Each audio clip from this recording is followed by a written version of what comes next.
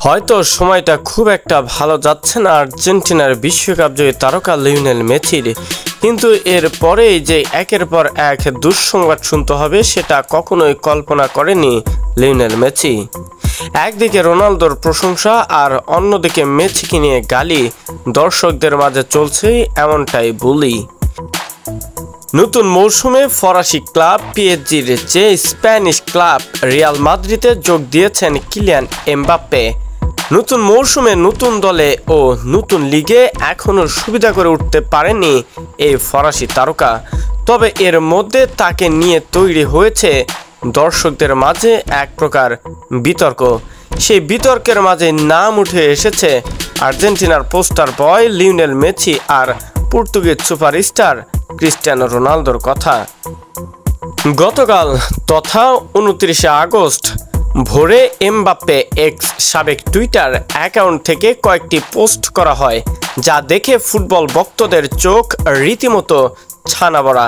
কেননা সেখানে আর্জেন্টাইন বিশ্বকাপ জয়ী অধিনায়ক লিওনেল মেসিকে ব্যঙ্গ করে পোস্ট দেয়া হয়েছে।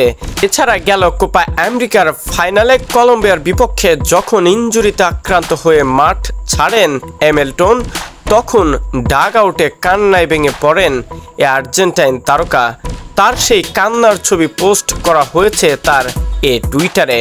একের পর এক লিওনেল মেসির সতীর্থ হওয়ার সত্ত্বেও কেন হঠাৎ এমনটা পোস্ট করেছেন সেটাই এখন প্রশ্নবিদ্ধ সকল দর্শকদের কাছে। অন্যদিকে পর্তুগিজ তারকা ক্রিস্টিয়ানো রোনালদোকে প্রশংসায় ভাসানো হয়েছে। 5 বারের ব্যালন ডি'অর জয়ী ফুটবলারকে সর্বকালের শ্রেষ্ঠত্ব ফুটবলার উপাধি দেওয়া হয়। যদিও সেই পোস্টগুলো বেশিক্ষণ স্থায়ী ছিল না, কিছুক্ষণের মধ্যে ডিলিট করে দেওয়া হয়েছে পোস্টগুলো, যা নিয়ে এখন ফুটবল পাড়ায় চলছে আলোচনা সমালোচনা। অনেকের মতে হ্যাক করা হয়েছে ফরাসি তারকায় এক্স অ্যাকাউন্ট, অনেকের মতে সেটা ইচ্ছে করে করেছেন তিনি। তবে এই বিষয়ে এখন পর্যন্ত মুখ খোলেননি কিলিয়ান এমবাপ্পে। আসলে বিষয়টা কতটুকু সত্য নাকি সবকিছুই আড়াল থেকে হয়েছে সেটা নিয়েও মুখ খুলতে রাজি নন কিলিয়ান এমবাপ্পে। তাহলে এটা কি বোঝা যাচ্ছে সেটাই দর্শকদের কাছ থেকে কমেন্টে জানতে চাচ্ছি।